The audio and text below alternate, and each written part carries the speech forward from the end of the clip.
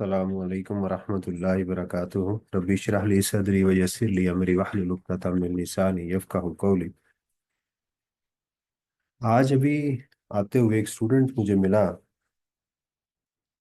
तो उसने मुझे बड़ी अच्छी बात कही। मेरे लिए भी बड़ी मोटिवेशन थी। तो मैंने उसे ऐसे ही अजराहे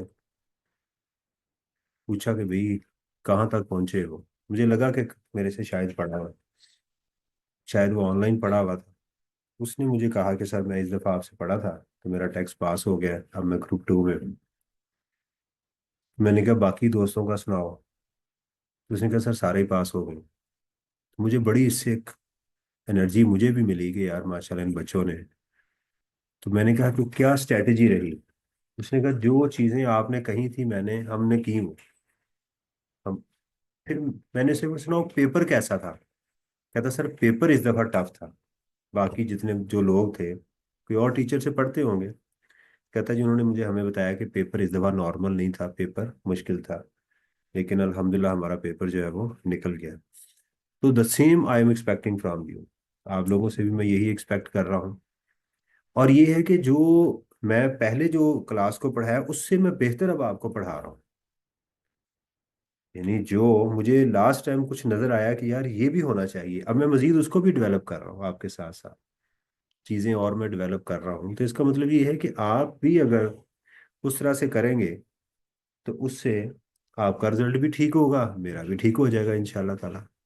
तो ये एक अच्छी बात थी। मैंने कहा सुबह सुबह एक अच्छी चीज़ मिली है, तो उसको बताना चाहिए, आपके साथ शेयर करना चाहिए।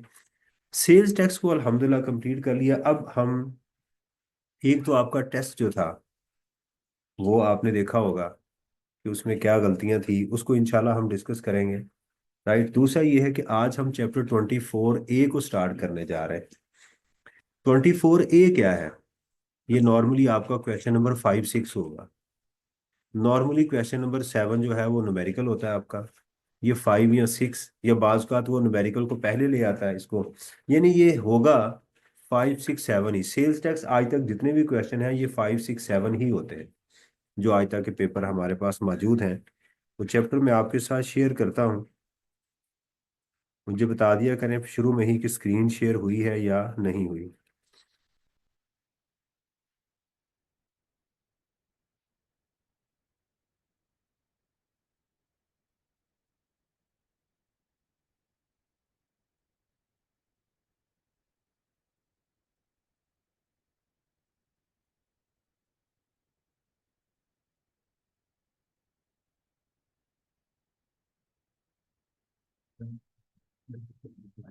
जी नहीं, 25 जो चैप्टर ए है वो आपका न्यूमेरिकल का होगा।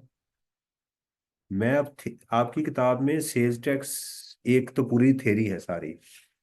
प्रैक्टिस आगे दो चैप्टर बने हुए हैं, 24A और 25। यानी 24 आपका प्रैक्टिस है, थेरी है, और 25 आपके न्यूमेरिकल।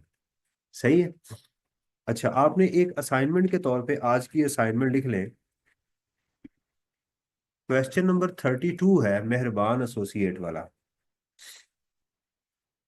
ये न्यूमेरिकल है, आज आपने उसकी प्रैक्टिस करनी है।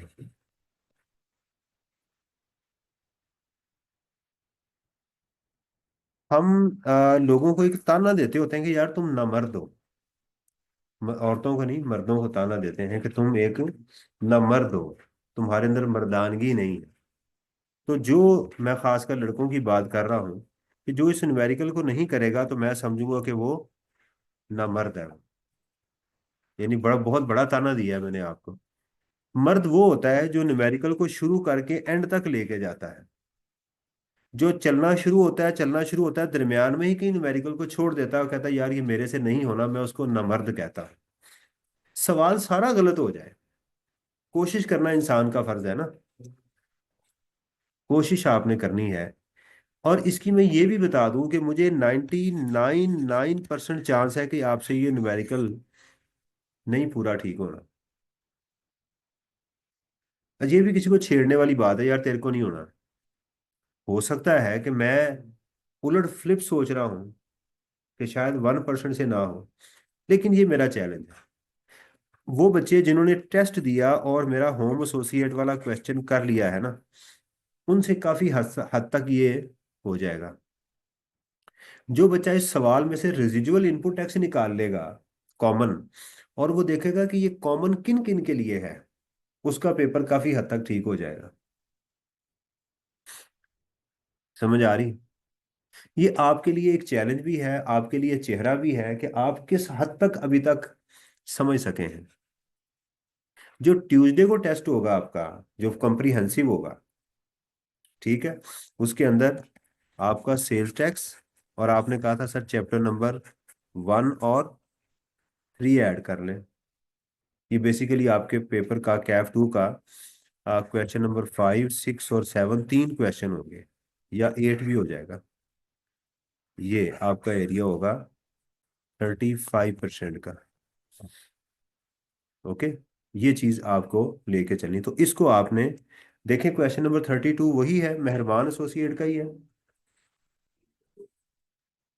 जी, मेहरबान, ये पास पेपर का एक क्वेश्चन है, किताब में देखें जरा प्लीज। क्वेश्चन नंबर 32 जो खालिद साहब की बुक का, उसका किस साल का है ये मेहरबान एसोसिएट का?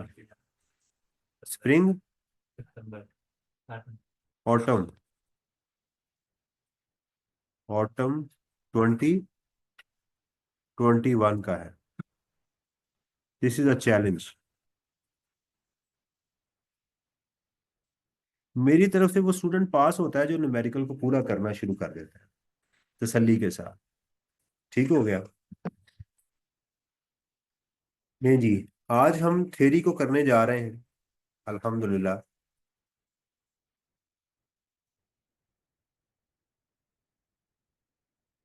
आपने क्वेश्चन को पहले पढ़ना सीखना है, पढ़ना सीखना है। एक चैलेंज आपको मिलेगा, ये कि आपने जिंदगी में इस तरह से पहले क्वेश्चन को पढ़ना और सीख लिखना नहीं सीखा। यानी ये जो अभी मैं चीज आपको सिखाने लगा हूं, ये थ्रू आउट आपकी सीए में हेल्प करेगी इंशाल्लाह। ठीक है? इसीलिए इसको प्रोफेशनल एग्जाम्स कहा जाता है, इसको एकेडमिक्स नहीं बोलते। यानी मेरे से कोई पूछते ना यार आपकी क्वालिफिकेशन क्या है, तो मैं पूछता हूँ एकेडमिक्स पूछ रहे हैं या प्रोफेशनल पूछ रहे हैं? वो कहते हैं एकेडमिक्स। तो फिर मैं बताता हूँ कि मैं पीएचडी डॉक्टर हूँ, मेरा एमए इकोनॉमिक्स भी है। वो कहते हैं प्रोफेशनल, तो मैं कहता हूँ मैं चार्टर्ड अकाउंटेंट हूँ, पब्लिक अकाउंटेंट भी हूँ। फिर मैं अपनी ये क्वालिफिकेशन बताता हूँ। सीए के अंदर जो सवाल पूछे जाते हैं वो ऐसे पूछे जाते हैं कि आप एक्चुअली उस केस में इन्वॉल्व हो, आपको उसमें से देखना होता है। समझ आ रही है? एक होती है मेरी स्नेक स्ट्रेटजी। आज उस बच्चे ने भी यही मुझे कहा कि सर मैंने आपकी स्नेक स्ट्रेटजी को फॉलो किया। ये स्नेक स्ट्रेटजी क्या होती है, मैं आपको पहले स्नेक दिखाता हूँ। नेट पे कुछ भी लिखने से डर लग रहा होता है, मुसीबत यहाँ पर कोई भी चीजें। स्नेक्स।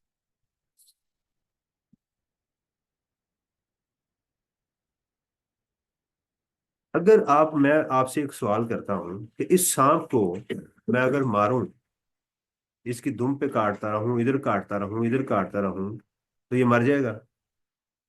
इसको ये कब मरेगा? जब इसके सर पे मारेंगे। राइट? मैं इसको कॉपी करता हूँ और अपने इधर लाके मैं पेस्ट कर देता हूँ।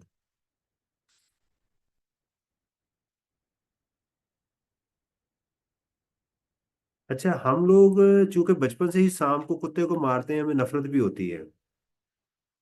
अंग्रेज जो होते हैं ना, वो बेचारे इनसे प्यार भी बड़ा करते हैं। मसलन एक दफा मैंने देखा, वालेकुम सलाम, एक बच्चा था तो उनके घर में सांप निकल आया, तो उसने उनको बुलाया। हाँ भी अरे पानी।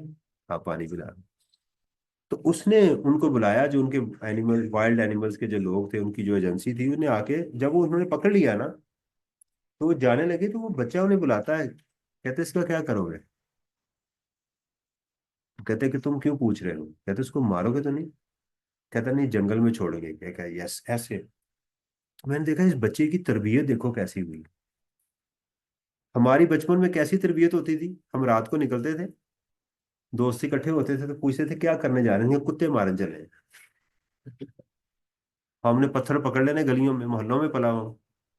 तो वो बेचारा अच्छा भला कुत्ता जो था वो किसी वैन के नीचे गाड़ी के नीचे बैठा, हम नीचे से निशाना लेके उसने चौं चौं करना, हमने उसके पीछे जनाब उसकी किसी की टांग तोड़ देनी, किसी का जनाब सर फोड़ देना। ये हमारे। तो मैंने देखा कि यार ये कैसी कौम है कि क्या उसे पूछता है, बच्चा है छोटा सा। यानी उनको बताया गया कि ये जितनी भी मखलूक है ये अल्लाह की मखलूक है, ये सारी अच्छी चीजें हैं। अल्लाह ने किसी वालेकुम सलाम किसी मकसद के लिए पैदा की है। हमारा तो ये हाल है कि हम मुसलमान को मरवा देते हैं कि ये रफाई दया नहीं करता, ये काफर है। उनके अंदर देखें कितनी कदर है, हमें इसलिए मारते हैं कि हम उनको तंग करते हैं, इसलिए हमें भी फिर वो तसल्ली करवाते हैं। अच्छा ये तस्वीर मैंने क्यों बनाई है आपके सामने, क्योंकि समझे कि ये सांप है। इस सांप के अंदर आपने इसका सर ढूंढना है। अक्सर स्टूडेंट जो फेल होते हैं पेपर में वो इसके यहाँ अच्छी तरह कुचूमर निकाल आए होते हैं, इसका नीचे से वो फेल हो जाते हैं, सर पे नहीं टक्कर उन्होंने मारा होता। फिर कहते हैं मुझे क्यों निकाला। भाई आपने गलत जगह हिट करके आए। यानी ये समझे कि ये, यानी ये पूरा सांप है, लेकिन इसमें से आपने ढूंढना होता है कि मेरे से मांगा क्या जा रहा है, इसका सर कौन सा है जिसको मैंने हिट करना है। वो थोड़ा भी लिखेंगे कामयाब हो जाएगा। इसके पीछे जितना मर्जी मार ले, ये जैसे इसे मौका मिला ये इसका जो सर है ना ये आपको ठोक देगा पकड़ के। अगर इसके सर पे हल्की सी भी ठोकर लगा देंगे ना तो वो निकल जाएगा। ये होता है। अब इसको मैं बोलता हूँ स्नेक स्ट्रेटजी। देखिएगा अब आप सवाल को पढ़ते हैं, मार्च 2023 का क्वेश्चन नंबर 6 है। In the light of the sales tax act and rules made there under. कहता जी सेल्स टैक्स की किताब रखें, रूल्स रखें सामने, उस पर लाइट मारनी शुरू कर दें। इसका यही मतलब है। क्या है उसके तनाजुर में, identify the situations under which the inland revenue department may recover the amount of sales tax from a person without issuing a show cause notice. इस पूरे सवाल में सर का सांप ढूंढे कहाँ है। क्या पूछा जा रहा है आपसे, क्या सेल्स टैक्स पूछा जा रहा है, रूल्स पूछे जा रहे हैं, क्या चीज पूछी गई है।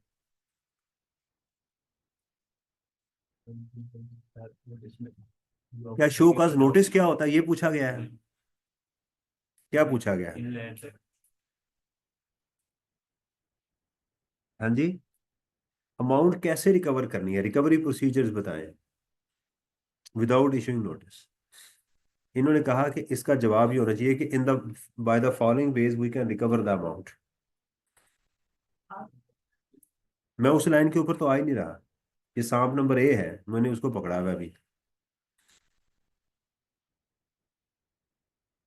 हाँ जी।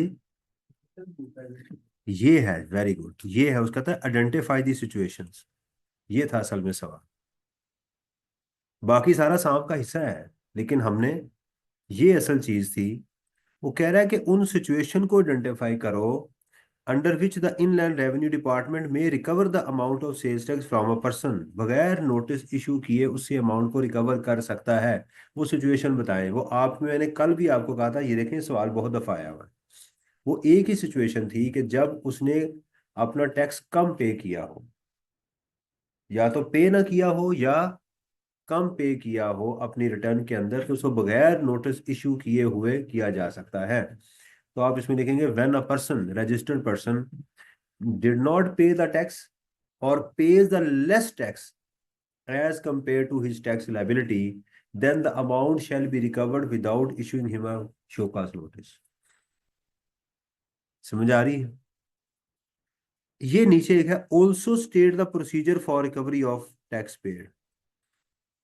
वो प्रोसीजर बताएं कैसे ये अमाउंट रिकवर की जाएगी। अब ये दूसरी बात है। क्या है, यहां हमने क्या करना था, ये था इसका सारा प्रोसीजर बताने थे। और वो दो प्रोसीजर मैंने आपको बताए थे कल। एक तो उसके stopping the removal of the stock from the business and attachment of the business bank account. ये दो तरीके कार थे, आप लिखेंगे तो ये आपको जवाब मिल जाएगा। इसके अलावा बच्चा जो मर्जी कहानियां सुनाए, उसको इसके नंबर नहीं मिल रहे। वो कहेगा जी मैं पूरा पेपर करके आया हूँ, मैं फेल हो गया हूँ। तो उसे कहा जाएगा कि तुमने इस सवाल में 8 सांप छोड़े थे मेरे एग्जामिनर ने, और उनमें से तुम 2 मार के आए हो, बाकी किसी की धुम काट आए हो, किसी को दरमियान में कुचल आए हो। वो सारे 6 सांप आपके पेपर में अभी तक घूम रहे हैं, उन 6 ने आपको डंक मारा है, और आप कहाँ पहुंच गए हो? जी, एक गेम खेलते थे, याद है? Snake ladder, snake ladder game. ये गेम खेलते थे बचपन में। तो ये उस बच्चे का हाल है कि जिसने उसको ऊपर से कहीं से डंक पड़ा है, तो बेचारा 6 नंबर पे आ गया दोबारा।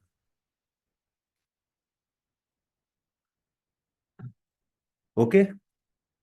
इसको आपने, और इसको लिखने की प्रैक्टिस करनी है मेरा बेटा। जो बच्चे ये कहते हैं, जैसे आपका भी इशू है कि सर मैं मुझे समझ नहीं आती, ये आपने लिखना है। जो जो लिखते जाएंगे ये आप डेवलप होते जाएंगे। आगे चलते हैं। देखें, जिस क्वेश्चन के अंदर रिक्वायर्ड लिखा हो, तो यहाँ सांप का मुंह बड़ा क्लियर होता है कि हमने इसको पढ़ना है। अब ये नहीं सांप का मुंह इधर लिखा होगा। देखिए सवाल के, या तो अगर रिक्वायर्ड नहीं लिखा हुआ तो या यहाँ कहीं सांप का मुंह होगा, अगर रिक्वायर्ड लिख दिया गया है तो फिर ये होगा। पहले आपने इसको पढ़ना है, फिर सांप का जायजा लेंगे।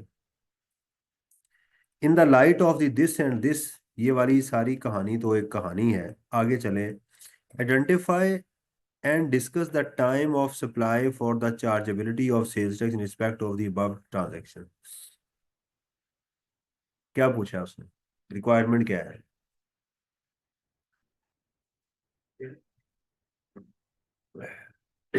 एक बात पूछी है, दो पूछे। ये एक मुंह वाला सांप है, दो मुंह वाला सांप है? दो मुंह वाला क्या है? शाबाश, वेरी गुड। आज आप ठीक हो जाएंगे इंशाल्लाह। आपको मैं संपोलिया बना दूंगा। वो क्या कहते हैं उसको, सांप मारने वाले को? हाँ, जोगी। जोगी। उसमें तो गाना भी है, मैं जाना जोगी दे नाल, है ना? कन्नी मुंदरा पाके, वो सुनते थे हम। जब आप जोगी बन जाएंगे तो आप पेपर भी आपका, समझ लें जी हम जोगी बनने जा रहे हैं। ठीक है। असल में रात की ना मेरी तबीयत कुछ ठीक नहीं है, तो मैं अपने आप को इससे थोड़ा सा आपके साथ जरा खेल के मोटिवेट कर रहा हूँ अपने आप को कि मेरी तबीयत सेट रहे, या तो आपकी तबीयत सेट हो जाएगी। देखिए, अगर तो आपको समझ आ जाए या लग समझ आए, दोनों सूरतों में बताना है कि सर समझ आ गई है या लग समझ गई। आप भाईजान बड़े दिनों बाद तशरीफ लाए हैं। नाराज हो गए थे? अच्छा, तो वो अब पढ़ा पढ़ा आपने सारा पिछला, टच रहे हैं? बस ठीक है फिर। ये मैंने असाइनमेंट दी थी आपको, लिखा क्यों? ये दिया, कहा था पढ़ना है। अच्छा जी। तो दो जी, आइडेंटिफाई एंड डिस्कस क्या था? पहले आइडेंटिफाई करो, आगे है टाइम मंथ ऑफ सप्लाई। बड़ा क्लियर कट उसने लिख दिया कि महीने को आइडेंटिफाई करो, और ये महीना क्यों है उसको डिस्कस करना है। इसका मतलब ये है कि इसके अंदर हमें कोई 2 महीने होंगे या 3 महीने होंगे, उसमें से कोई एक महीना होगा जो टाइम ऑफ सप्लाई पे फॉल करेगा। आपने 2 काम करने, चलें जी पहली लाइन को पढ़ते हैं।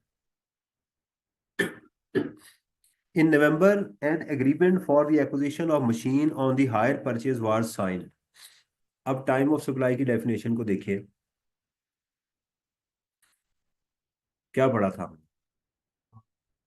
एडवांस, मेड अवेलेबल, और actually supplied, whichever is earlier.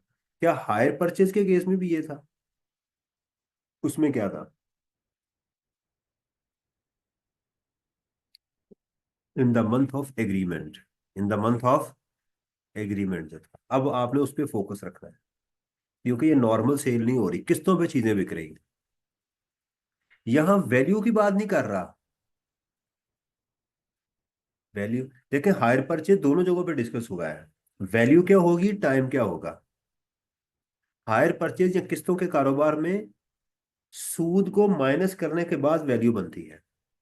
1.5 lakh रुपए की मोटरसाइकिल थी, 2 लाख की बेची, वैल्यू ऑफ सप्लाई क्या होगी? 1.5 लाख रुपए, क्योंकि 50,000 रुपये इसमें सूद है, मार्कअप को निकाल देगी। और किस महीने में होगी? जिस महीने में एग्रीमेंट हुआ है। अब देखें, दिसंबर में कहता है एग्रीमेंट हुआ, दिस नवंबर में, दिसंबर में the machine was acquired under this agreement against 25% down payment, the remaining balance to be paid in 424 equal monthly instalment. तो क्या ये नवंबर की सप्लाई है, क्या ये दिसंबर की सप्लाई है, क्या ये अगले 24 महीनों की सप्लाई है, ये आपने बताना है। किसकी सप्लाई है, नवंबर की, दिसंबर की, या उसके बाद?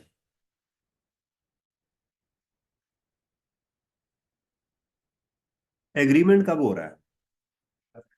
नवंबर में या दिसंबर में?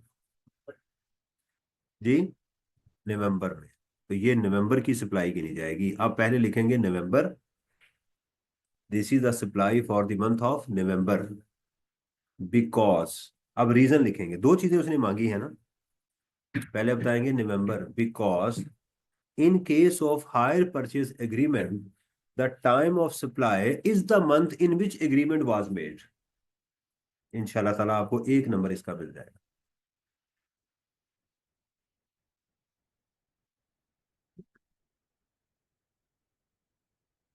अगर आप ये लिखाएंगे हायर परचेज एग्रीमेंट के अगेंस्ट, बाकी जितनी कहानियां सुनाएंगे वो काट देगा इसे।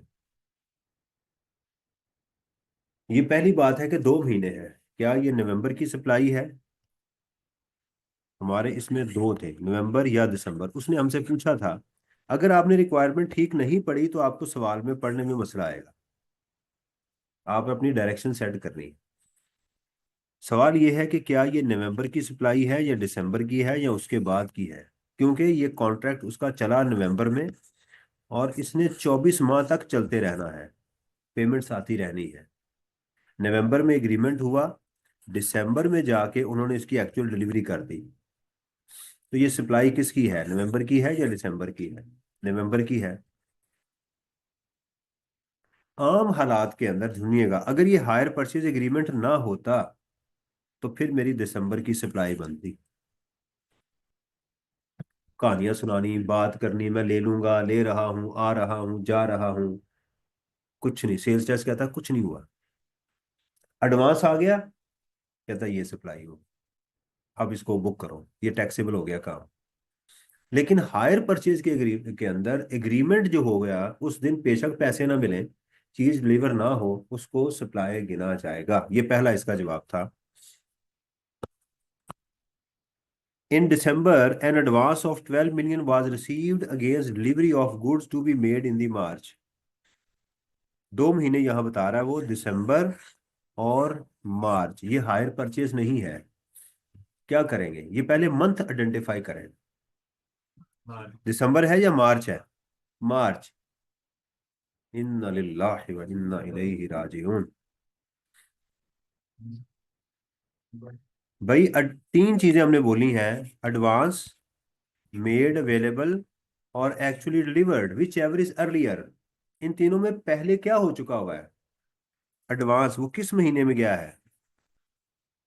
तो इसके अंदर टाइम ऑफ सप्लाई दिसंबर का है। अब लिखेंगे दैट, आगे पॉइंट ऐसे देंगे एग्जाम में, लिखेंगे the time of supply is the month of December 2000x2 because advance is made in this month and according to the time of supply.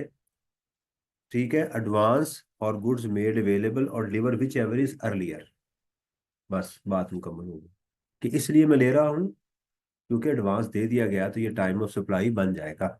ये सप्लाई इस महीने की बनती है। Fine. Third, a machine of was purchase in July but it was put to use in November x2। जुलाई में हमने खरीदी लेकिन इस्तेमाल शुरू की है नवंबर में, किस महीने की बनती है? जुलाई। ये मशीन हो या आपका स्टॉक हो, जिस महीने परचेज कर लेंगे वो इसका महीना बन जाएगा, बेशक उसको 6 महीने बाद बेचे। टाइम ऑफ सप्लाई कौन सा आ गया? जुलाई। रीजन क्या बताएंगे? The time of supply is not connected with the use or sole sale of the asset. इसका इसके साथ कोई ताल्लुक, क्योंकि परचेज की गई थी, वही इसका टाइम ऑफ सप्लाई बन जाएगा। 4, goods worth ₹7 million were sold in September, but due to the limited storage capacity the buyer's premises the goods were actually delivered in January. सितंबर है या जनवरी है? क्यों? मेड अवेलेबल, ठीक है ना, मेड अवेलेबल।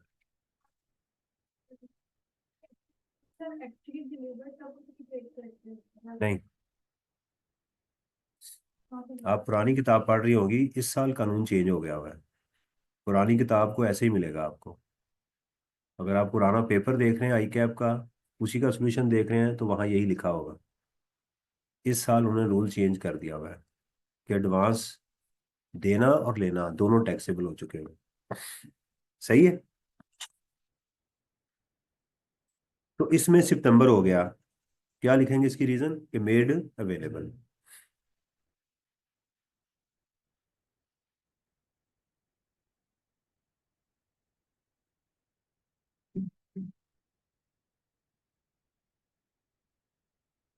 तो ये पिछले निशान लगे हुए हैं।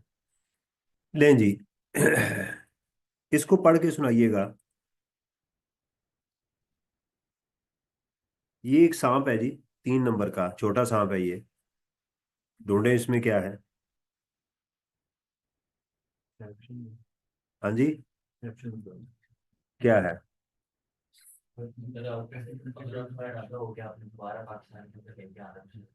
इसमें पहले सांप का मुंह बताएं कि मुंह किधर है। शाबाश, एग्जैक्टली, थोड़ा थोड़ा सेट हो गए, हल्के फुल्के जोगी बन गए हैं, है ना। अब आपने सही ढूंढा है। अगर कोई बच्चा जीरो रेटेड के ऊपर लिखा है कि जीरो रेटेड गुड्स क्या होती हैं, इनका रिफंड क्या होता है, तो दुम पे मार के आया वो, या घास पे मारी जा रहा था। वो था ही नहीं, असल ये थी कि भाई एक्सपोर्ट कह रहा है, goods exported shall be charge at the rate of 0%। ये इंफॉर्मेशन थी, ये साम का हिस्सा था। लेकिन पूछ क्या रहा था, exception to this general rule mean कि कब आप एक्सपोर्ट करें तो वो जीरो रेटेड नहीं होंगी। वो आपने लिखना था, under the following two circumstances the export shall not be treated as zero rated goods. Number one, if the goods are exported to those countries which are prohibited by the FBR. Number two, if the goods are exported intended to be reimported, वो भी इसमें आ जाए। ये दोनों चीजें आप लिख देते, इंशाल्लाह 3 नंबर मिल जाएंगे।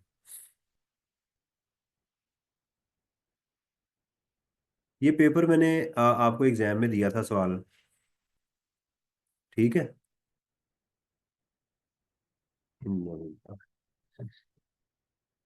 जी जरा पढ़ें इसे।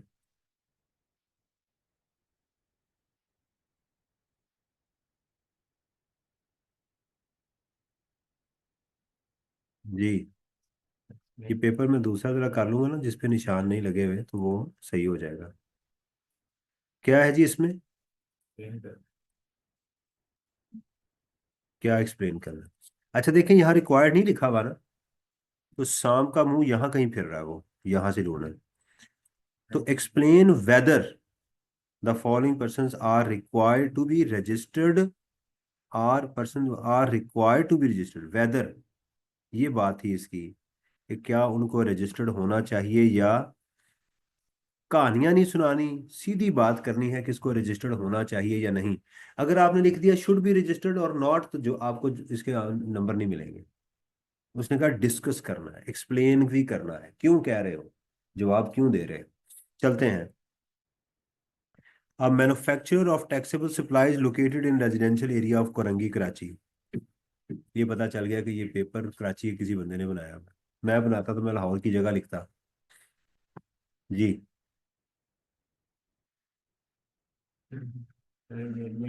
इसको रजिस्टर्ड होना चाहिए या नहीं,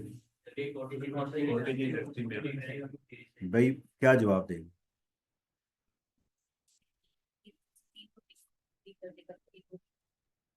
शाबाश, यानी एग्जामिनर मुझे चारों कंडीशन नहीं बता रहा, तो इसका जवाब मैं यस नो में नहीं दूंगा, इफ के साथ दूंगा। Very good.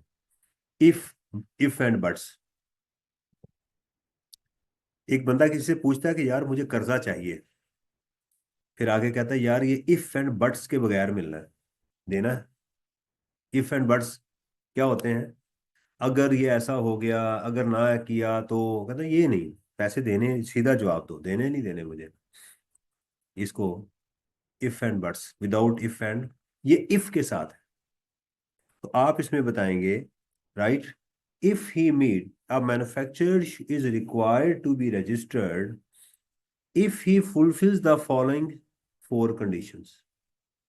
तो आपको इसके नंबर मिल जाएंगे, क्योंकि आपने इसका एग्जैक्ट जवाब नहीं देना, आपने सिर्फ ये बताना कि अगर ये चारों रेजिडेंशियल एरिया में तो है, बाकी तीन condition, number of employees, turnover, और जो कनेक्शन है इसका वो हो, इंडस्ट्रियल कनेक्शन, इसके नाम पे कोई एक चीज भी इसके नाम वो फुलफिल ना हुई, तो इसको रजिस्टर्ड होना पड़ेगा।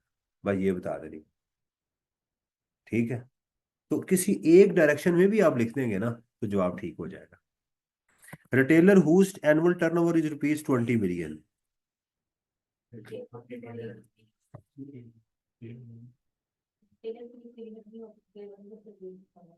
शाबाश। तो इसलिए इसका भी यही है कि ये लिमिट लॉ ने हमें कभी बताई नहीं है टर्नओवर की। सही है, एक नंबर है इसका। इसका भी इफ के साथ ही आना चाहिए कि if it comes if it is a tier 1 retailer then he is required to be registered. एक नंबर का है, इसलिए ये बात मुकम्मल है।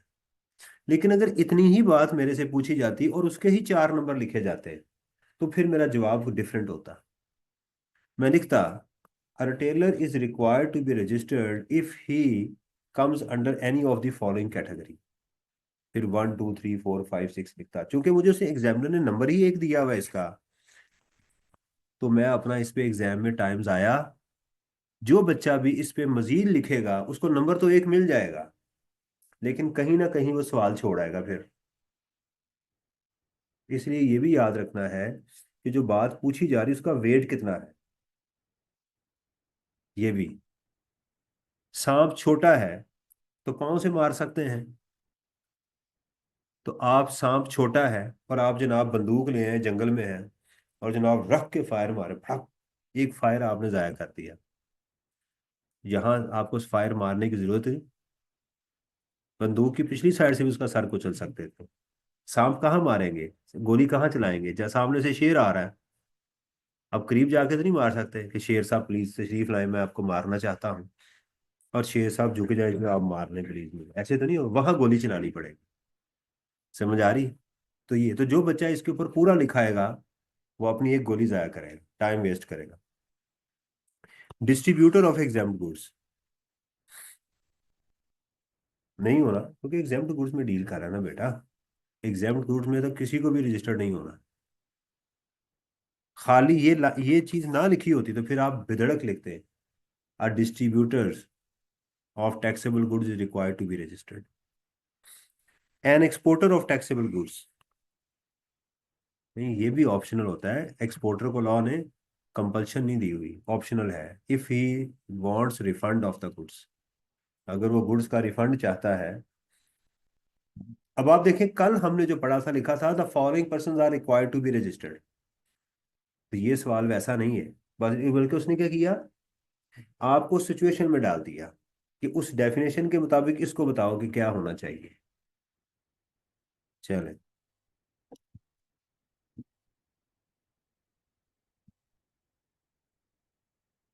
माजरत के साथ ये पहले निशान लगे हैं, इसलिए आपका ध्यान जो है वो,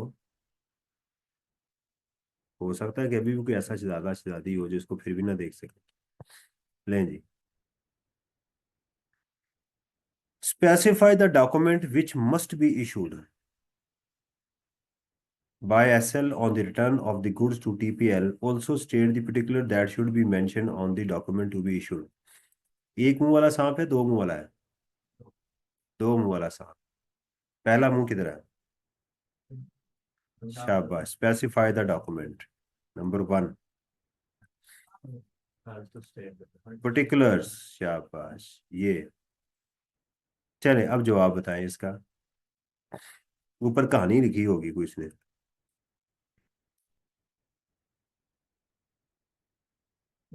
लेकिन मुझे बात यहीं से बिल्कुल मुकम्मल समझ आ चुकी हुई है। क्या बात समझ आई है? सेल्स रिटर्न है, परचेज रिटर्न है?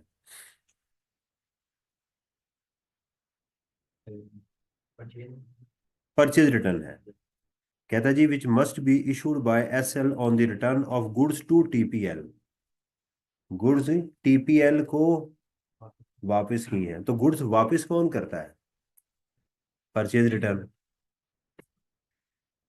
सेल्स रिटर्न तो वापस नहीं की जाती ना, सेल्स रिटर्न तो ली जाती है। तो अंग्रेजी मुझे बता रही है कि ये परचेज रिटर्न है। क्या बताएंगे आप, क्या लिखेंगे इसमें? हाँ ये देखिए, यहाँ प्लूरल नहीं इस्तेमाल हुआ, डॉक्यूमेंट कहा गया है। कितना बारीक नुक्ता है। एक ही उसने पूछा डॉक्यूमेंट बताएं कौन सा इशू करेंगे। डेबिट नोट इशू करेंगे। अब इतनी बात ऊपर आप पढ़ भी लेंगे ना इसको, अब इसको आप पढ़ भी लेंगे तो इससे यही बात निकलेगी, क्योंकि उसने रिक्वायरमेंट के अंदर ही बात मुकम्मल कर दी हुई है। अगर वो कहता ना कि in the above case advice mister this, तो मैं फिर केस को पढ़ लेता। एक मैं सवाल पेपर था मेरा आईटी का फाइनल में। अब आईटी किधर है फाइनल में, पता नहीं किधर है। हमारी कंप्यूटराइज्ड होती थी, आईटी का कोर्स होता था फाइनल में। अच्छा ये उठाना था। जी मैं पानी ले रहा था। वो जब वो पेपर उन्होंने मुझे दिया तो मुझे ऐसे लगा किताब दे दिया मुझे, इतना मोटा पेपर, 7-8 पेजेस का वो। इतना पहले हमने कभी देखा नहीं था। पेपर को देख के एक बात मैंने डिसाइड कर ली कि अगर मैंने पूरा पढ़ लिया तो ये मेरा टाइम निकल जाएगा, मेरे से होना नहीं है। मैं पहले रिक्वायरमेंट पढ़ता था। ये आपने नहीं हरकत करनी, खुदा का वास्ता मैं अपनी बात बता, दूसरों का मुंह लाल दे के अपना थप्पड़ मार मार नहीं लाल करना। बता रहा हूँ क्योंकि उस वक्त मैं एक्सपर्ट हो चुका था। तो मैंने रिक्वायरमेंट पढ़ी, तो मैंने रिक्वायरमेंट पढ़ के देखा कि इसका ऊपर वाले केस के साथ कोई ताल्लुक नहीं है। यानी बात मुकम्मल नजर आ रही है कि उसने जो बात पूछी है मुझे समझ आ गई, मैंने उसका जवाब ऊपर पढ़ा ही नहीं मैंने। बार बार कह रहा हूँ ये डोंट, क्या कहते हैं, प्ले एट होम। ये आपने घर में ही एक्सरसाइज। मैं बता रहा हूँ, मैं तो एक्सपर्ट था, मैं उस लेवल तक पहुंच चुका हुआ था। मेरा ख्याल है कि 90% पेपर मैंने नहीं पढ़ा, क्योंकि थ्योरी का था। मैं रिक्वायरमेंट पढ़ता था, ऊपर कहानियां लिखी होती थी। वो गया उसने ये किया, मैं कहा पूछ ये रहा है इसका जवाब दे दे। दो गालबन सवाल मुझे पढ़ने पड़े। पेपर मेरा मुकम्मल हो गया, पास हो गया अल्हम्दुलिल्लाह उसी अटेम्प्ट में। उस पेपर के खासकर मैंने एग्जामिनर के कमेंट्स पढ़े। मुझे पता था कि एग्जामिनर के कमेंट्स में ये होना चाहिए कि majority candidates were unable to complete the exam final level के ऊपर। और यकीन करें ऐसा ही तो उसने शुरू में लिख दिया था कि ये पेपर अक्सर बच्चे जो थे कंप्लीट नहीं करके आए, और ये केस के अंदर उलझे रहे। और कहानियां जो बात पूछी गई थी उस पर फोकस रखने की बजाय वही ना, सांप का मुंह नहीं देखा बल्कि उसी को, यानी सांप का मुंह सामने पड़ा हुआ है, उसको पीछे से उसकी पमाइश करते रहे। कभी धागा लेके, कभी ये धुम किधर है उसको ढूंढो, उसको उसी में टाइम जाया कर दिया इन्होंने। तो ये वो इस तरह का सवाल है कि जिससे मुझे नजर आ रहा था। आप पढ़ के भी देख लें क्या लिखा हुआ है। Shahji limited purchases cosmetic product from Taji in the month of October. SL received a consignment of this from TPL. On delivery, SL found that 50% of the items were expired and decided to return them. ये मुझे उसमें बात सारी लिखने की जरूरत है ही नहीं, ये सिर्फ एक इंफॉर्मेशन है। Both SL and TAPL are registered under the sales tax and, ये बात रेलेवेंट थी कि मैं डेबिट नोट इशू करूंगा और उससे क्रेडिट नोट भी लूंगा। ये बात आप कर सकते हैं। मैं कौन सा इशू, फिर उसके नीचे आपने लिखना था कि क्या पर्टिकुलर्स, क्या चीजें उस डेबिट नोट पे मेंशन करेंगे। बताएं, the name of the supplier, address उसका, उसका एंट्रियन नंबर, ओरिजिनल वैल्यू क्या थी, जो गुड्स वापस की गई हैं उनकी वैल्यू क्या है, ओरिजिनल सेल्स टैक्स कितना था, इस पे सेल्स टैक्स कितना बनता है। ये सारी चीजें आप मेंशन करेंगे तो इंशाल्लाह आपको 4 नंबर मिल जाएंगे।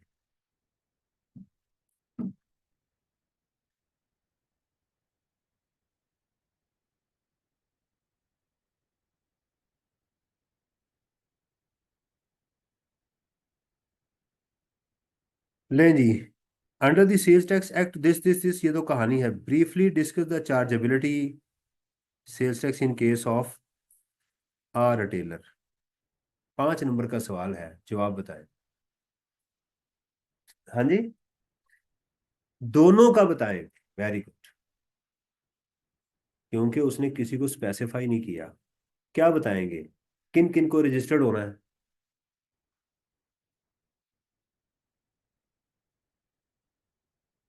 इंशाल्लाह ये गलत है जवाब। अगर आपने ये बताना शुरू कर दिया कि किसको रजिस्टर्ड होना या किसको नहीं होना, आपने सांप के गलत मुंह पे हाथ रख दिया ना, गलत जगह पे। ये देखें, ब्रीफली द डिस्कस द, ये था लफ्ज।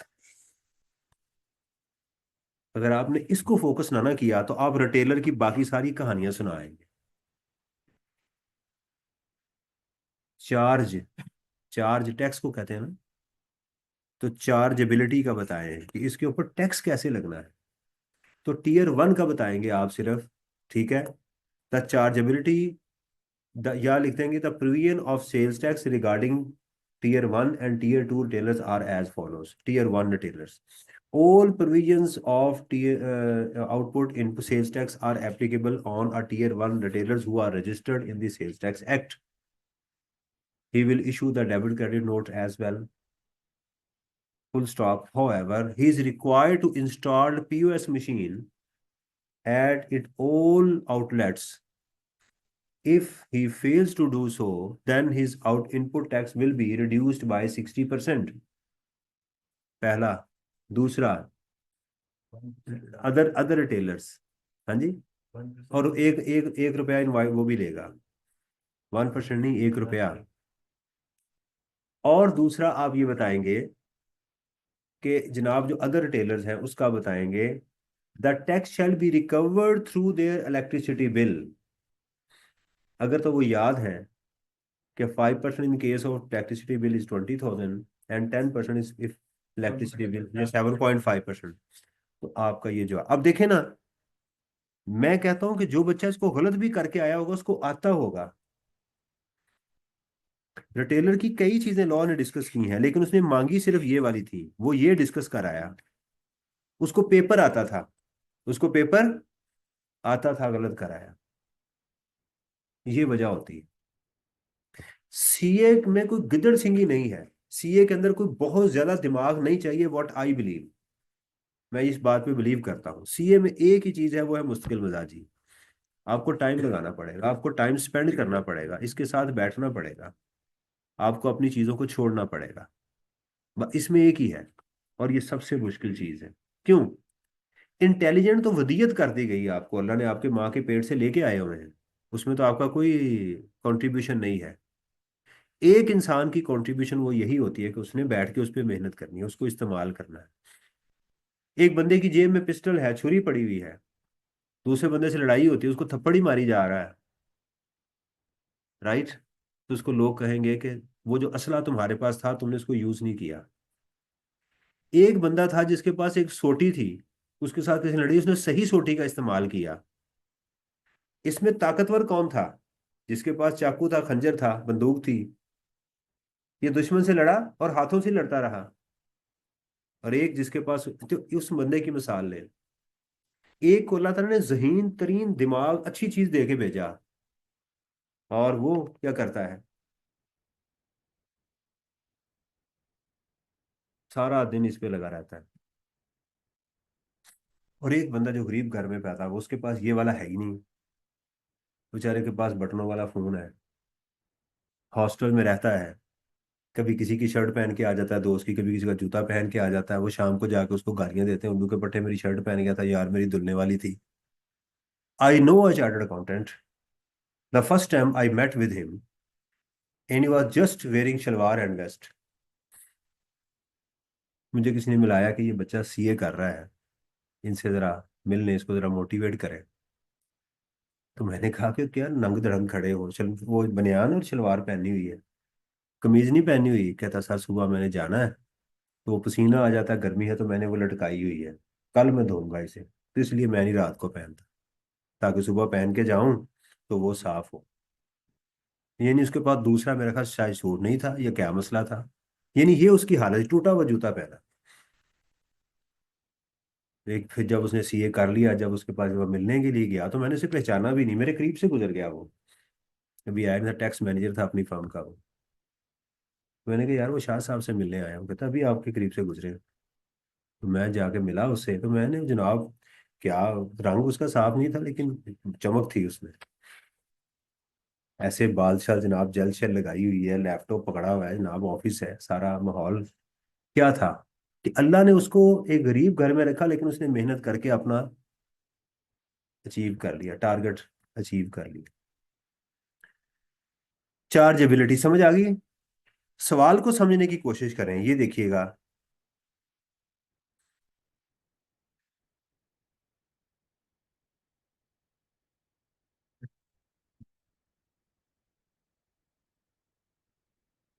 इन द लाइट, ये लाइट को जरा बंद कर दिया करें फिलहाल, ही काफी लाइट चल गई है। आगे चलता है जी। State the value of supply chargeable to tax for the month of February. Also state the reason for your. क्या पूछा जा रहा है? कितने मुंह वाला सांप है?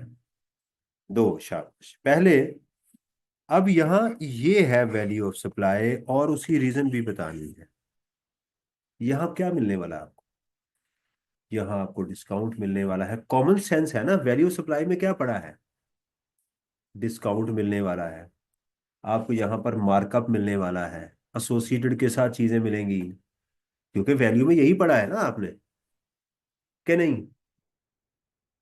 एक बंदा आपको कहे भी आप रेगिस्तान में दाखिल होने लगे हो, तो आप निकर पहन लेंगे, मैं छलांग लगानी है।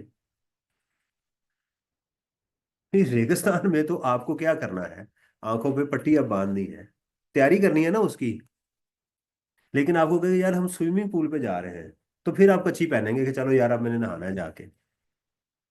सही बता रहा हूँ ना? तो मकसद है कि अगर सोचिए आपने गलत लिया। मैं अपने दोस्त के साथ एक दो कहानियां में सुनाता हूँ, जरा थोड़ा सा आपको समझ आ जाए चीज़ों की, असल में मेरे कनेक्शन होता है। मेरे दोस्त हैं मौसम, मेरे बिजनेस पार्टनर भी थे।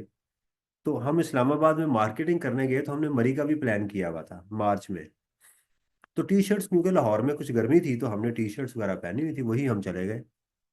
अब मरी गए तो वहाँ ठंड बहुत थी, पैसे थे नहीं हमारे पास। अब हम सोचें कि क्या करें। तो हम अपने होटल से उनका जो कंबल था वो ओढ़ के तो बाहर आ गए, मॉल पे भी फिरना था। अब सारी दुनिया हमें देख रही है कि यार कौन से पागल है। पैसे थे नहीं कि नई जर्सी वहां से खरीद लेते, अभी कारोबार नया नया शुरू हुआ था। वो क्यों हुआ? क्योंकि प्लानिंग नहीं थी। जहां जा रहे थे, इसे ये हाल होता है। तो वैल्यू ऑफ सप्लाई को सोचना है। चलें जी। टाइम ऑफ सप्लाई में भी इसने रीजन पूछी, क्या मंथ बताएं और वजह बताएं। Taxable goods of 800,000 were sold to one of the dealer. The amount was net of 20% trade discount. ये देखिएगा, ये अमाउंट 80% है, आप जहन में रखें। Trade discount, trade discount allow है, दो चीजें पूरी होनी चाहिए थी। नॉर्मल हो, इनवाइस पे लिखा हुआ हो। एसोसिएटेड को नॉर्मल भी अलाउ नहीं है, ये बात जहन में रखें। अगर आप अपने किसी एसोसिएट को सेल कर रहे हैं, उस पे बेशक इनवाइस पे लिखा हो, नॉर्मल हो, वो भी उसको अलाउ नहीं है। एक, दूसरा, थर्ड शेड्यूल में भी डिस्काउंट अलाउ नहीं है, बेशक नॉर्मल हो। वहां पर ये दो जगह आपने याद रखनी है। Which was in accordance with the market, ठीक है। The discounted price was not shown on the invoice, ये गलती है। इसकी वैल्यू बताएं कितनी होगी? कितनी बनेगी? वैल्यू बताएं ना, उसने वैल्यू पूछा है भाई। 1 मिलियन। आप कहेंगे value of supply is 1 million, और ब्रैकेट में लिख देंगे 800,000, 0.8, ये ब्रैकेट में आप लिखेंगे उसके। Because the discount is allowed is normal, but does not mention on the invoice, that is why it is not allowed. दूसरा, taxable goods one were used for internal testing and evaluation purposes. अच्छा, अब मैंने आपको एक जगह पढ़ाई थी taxable goods में, कि अगर आप इंटरनल यूज के लिए कोई गुड्स यूज करते हैं और उससे टैक्सेबल गुड्स बन जाए तो वो एग्जाम्प्ट हो जाती है।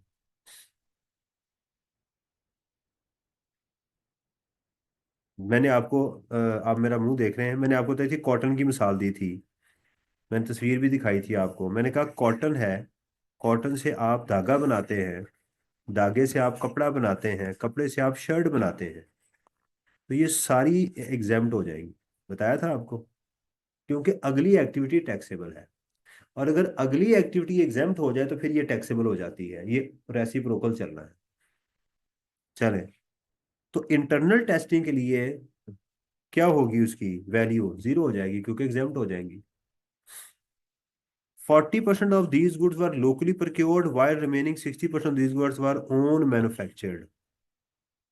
लोकली प्रिक्योर्ड थी, क्या थी, लोकली परचेज करके हमने खुद इंटरनली यूज कर ली, और बाकी 60% क्या की हमने, मैन्युफैक्चर, खुद ही मैन्युफैक्चर की। जो खुद ही मैन्युफैक्चर की वो तो कन्फर्म एग्जाम्प्ट हो गई, उसकी तो वैल्यू ऑफ सप्लाई हमें नहीं मिलेगी। जो हमने इंटरनली उसको वो किया है, चूंकि अगली जो चीज बन रही है वो टैक्सेबल है, लिहाजा ये एग्जाम्प्ट हो गई। इसका जवाब देखने की दफा किताब में क्या लिखा हुआ है। ये 40% का मेरे ख्याल के अंदर ये होना चाहिए।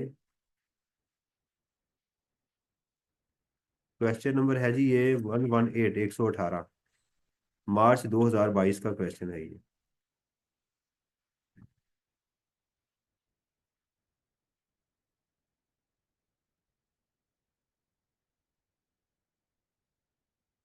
टोटल नील कर दिया उसने सारी।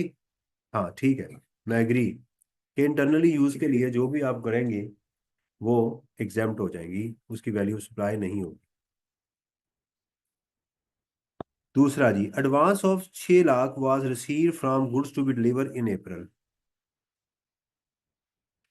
हम किस महीने में हैं, फेब के अंदर।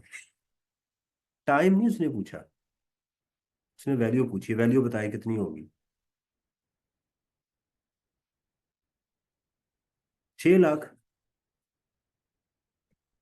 वैल्यू कितनी है, बस 6 लाख रुपया। बेशक हमने गुड्स अप्रैल में करनी है। हाँ, अगर अप्रैल में इसकी वैल्यू जीरो हो जाएगी, हमने गुड्स बेचनी है अप्रैल में, देनी अप्रैल में है, एडवांस आज मिल गया, तो अप्रैल में क्या होंगी ये, जीरो। इसकी वैल्यू क्या हो जाएगी, जीरो, क्योंकि उसमें तो टैक्सेबल नहीं है। अच्छा, हम इसको जरा फ्लिप करते हैं। मैं अप्रैल की बजाय इसका लिख देता हूं जनवरी 2022। अब इसकी वैल्यू जीरो हो जाएगी, क्योंकि मैंने एडवांस कब रिसीव किया, जनवरी में। मेरा महीना कौन सा है, फेब में। तो असल में ये मेरी सेल थी जनवरी की। अच्छा, जो सेल होती है ना वो उसी महीने जानी चाहिए, उसके लिए 6 महीने नहीं होते। हाँ, परचेज में लॉ ने ये हमें ऑप्शन दी है कि अगर किसी महीने में आपने चीजें एडवांस दिया हुआ है, वो इनपुट क्लेम नहीं कर सके तो क्या करें, अगले 6 महीनों तक भी चले जाए। सेल के अंदर नहीं है, ये परचेज के साथ है। ओके, समझ आ रही है। आपके पास पुरानी किताब है, मुझे नजर आ रही है। उस वक्त मैंने कहा था एडवांस का रूल और था, आज एडवांस का रूल और है। सही है।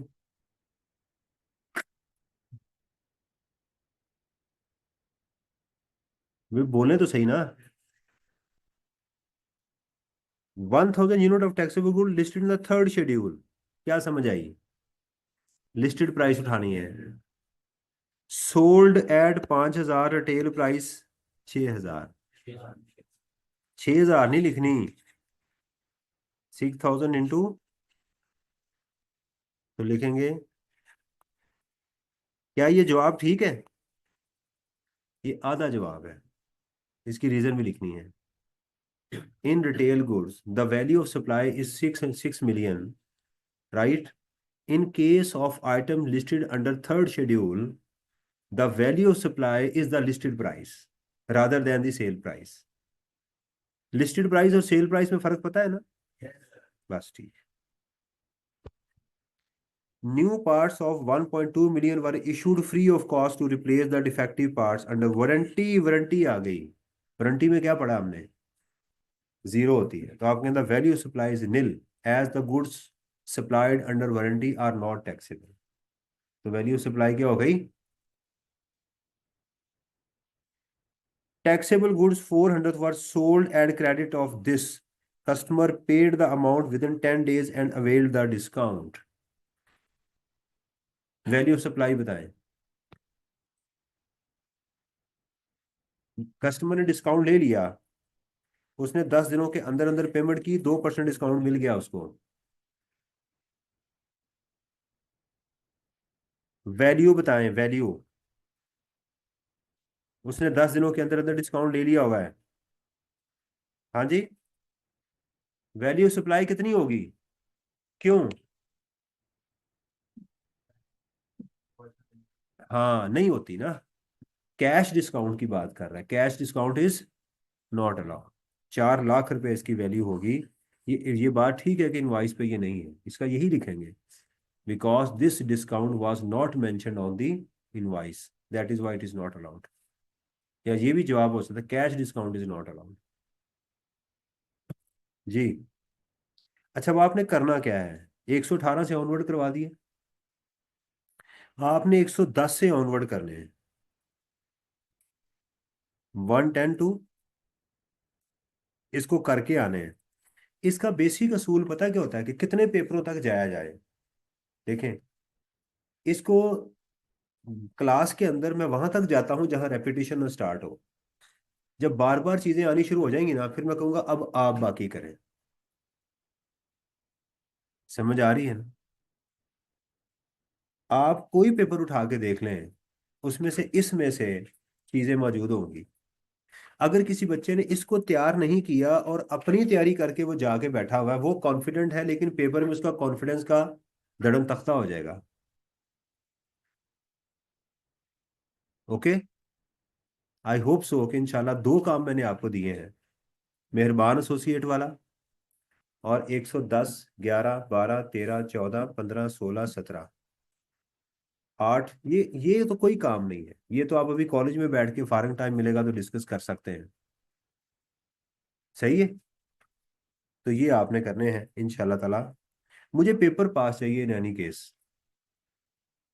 एक होता कुटना, एक होता कूटना। मुझे आज बड़ा कूटा गया। पेपर पास करेंगे इंशाल्लाह ताला। अस्सलाम वालेकुम वरहमतुल्लाहि वबरकातुहू।